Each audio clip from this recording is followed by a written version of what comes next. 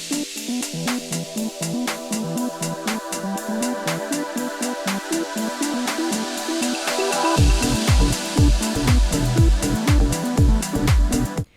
the top of your head, can you name one thing that has hurt many food companies all over the world?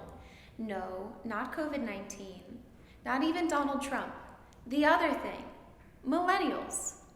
The millennial generation of consumers has disrupted the food business like few things before, and they will continue wreaking havoc to product categories, causing some companies to go bust, and making other companies rich beyond their wildest dreams. Millennials will define the next trends of the North American and global food industry in the years to come. Hi, my name is Alissa Young of Liberty Trade.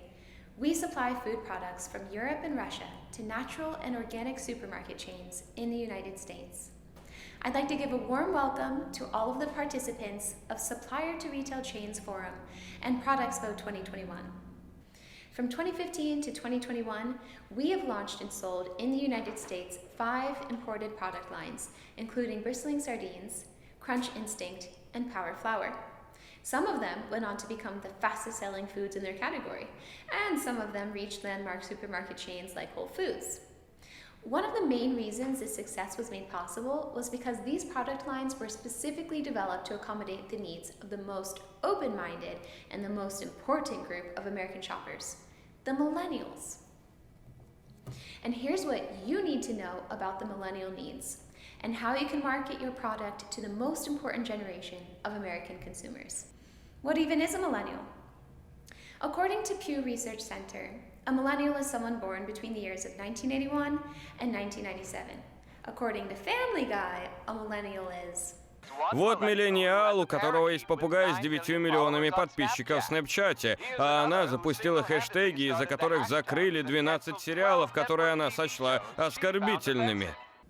Anyway, millennials today account for about 27% of the global population, which translates to roughly 2 billion people. In the United States alone, the purchasing power of millennials is close to $1.4 trillion. Aside from the USA, the most millennial-dense countries of the world are India, China, Indonesia, and Brazil. The United States in particular, as the largest current consumer market in the world, is a vivid demonstration of how the millennial generation has been able to fuck up established businesses and markets in unprecedented ways. Not trembling in your boots yet? Well, here goes. Did you know that millennials have killed the paper napkin industry? Just 20 years ago, 60% of US households purchased napkins. Now, Mintel research tells us that only 37% of the environmentally conscious millennials think paper napkins are a worthy purchase. What's more, the millennials are killing cheese. After years of steady growth, top-selling US cheese brands like Kraft Singles are shrinking, and 500-pound barrels of American cheddar are selling at record discounts for under $4 per pound. Shockingly, the millennials are also killing milk. According to the USDA, this generation consumes 40% less milk than their parents did in the 1970s. Market giants that enjoyed decades of longevity, like Dean Foods and Borden Dairy, went bankrupt right before and during the recent COVID pandemic. Then, where do millennials get their calories from, you may ask? Pictures of Instagram food? No. Millennials' talent for disruption is diverting billions upon billions of dollars to brand new product segments like alternative meats, alternative milks, and snacks made of flowers? Yes, and much else besides. We all should be on the lookout to pick up on these trends and to use them to make and to promote globally successful new products. And to do that, we need to understand the core values of a millennial consumer. Here's our top 5. Number 5, the environment. Millennials grew up in a time when man-made climate change gradually morphed from a controversy into a commonly accepted fact. So now, the new generation of consumers is closely monitoring the ecological footprint of your products, their packaging, and even logistics. Can this be capitalized upon? Of course it can.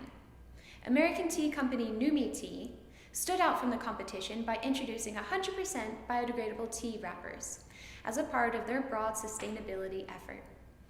As of 2020, this smallish company of only 40 people sells in excess of $30 million worth of tea products. What about you? Are you still asking for a plastic bag at the counter? How dare you? Number 4, the Great Mission. In their lifetime, millennials have already lived through multiple recessions. These experiences have changed their perception of business. 75% of millennials strongly believe that companies should stand for something more than just profit. That businesses should be socially responsible and give back to society in some way. Take Starbucks.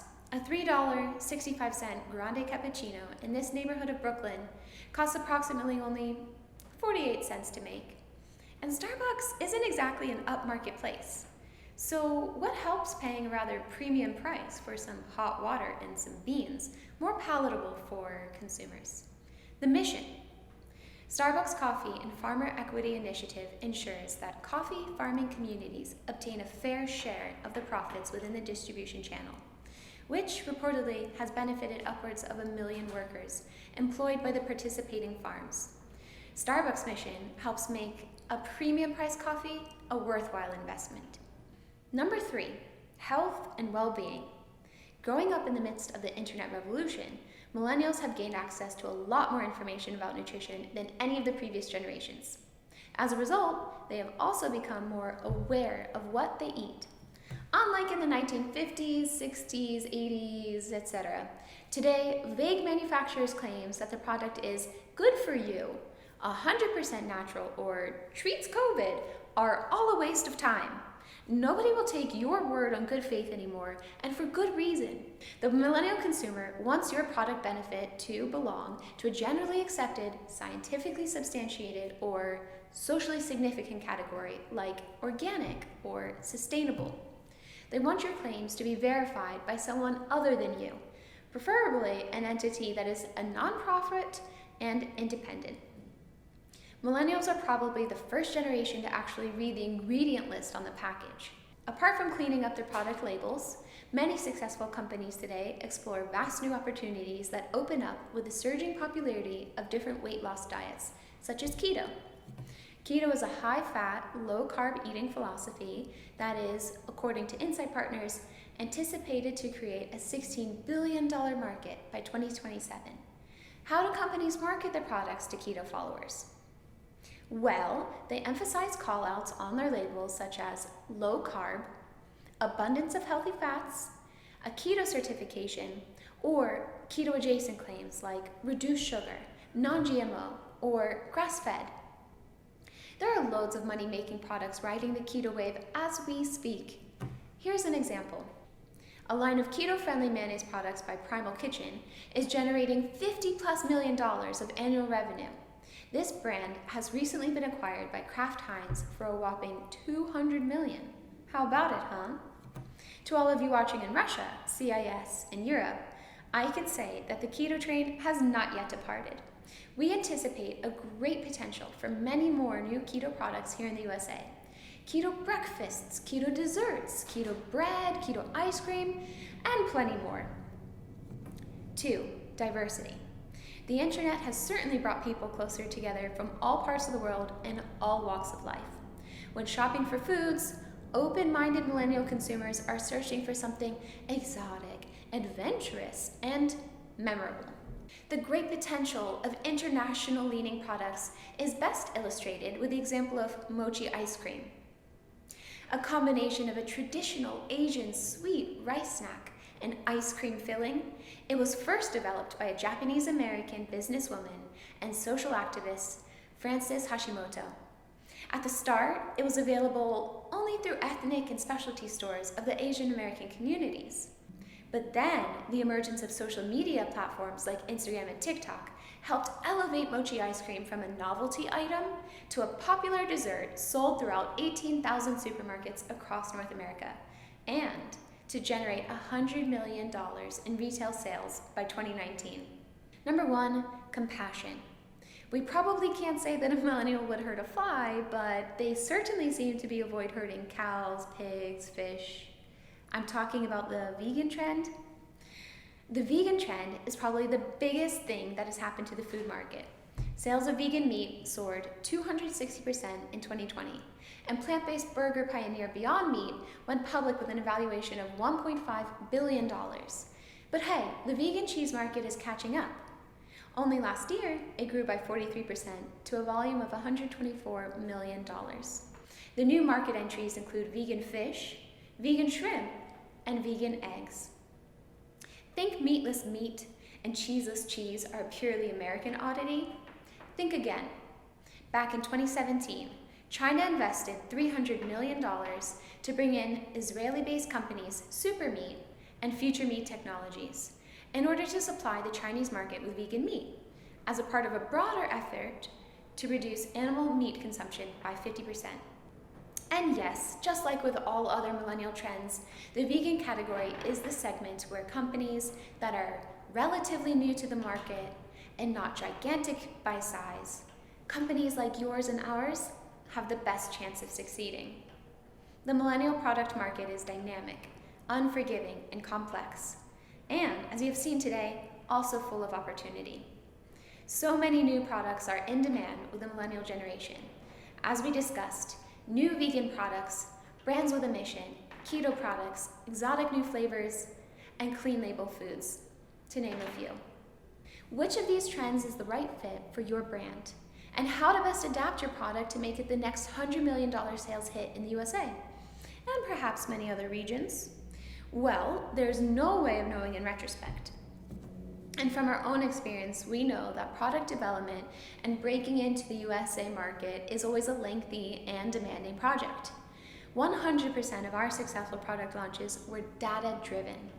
From pinpointing a niche opportunity to outlining the positioning for a development stage project slated to be marketed in the USA, we at Liberty Trade incorporate two sources of information.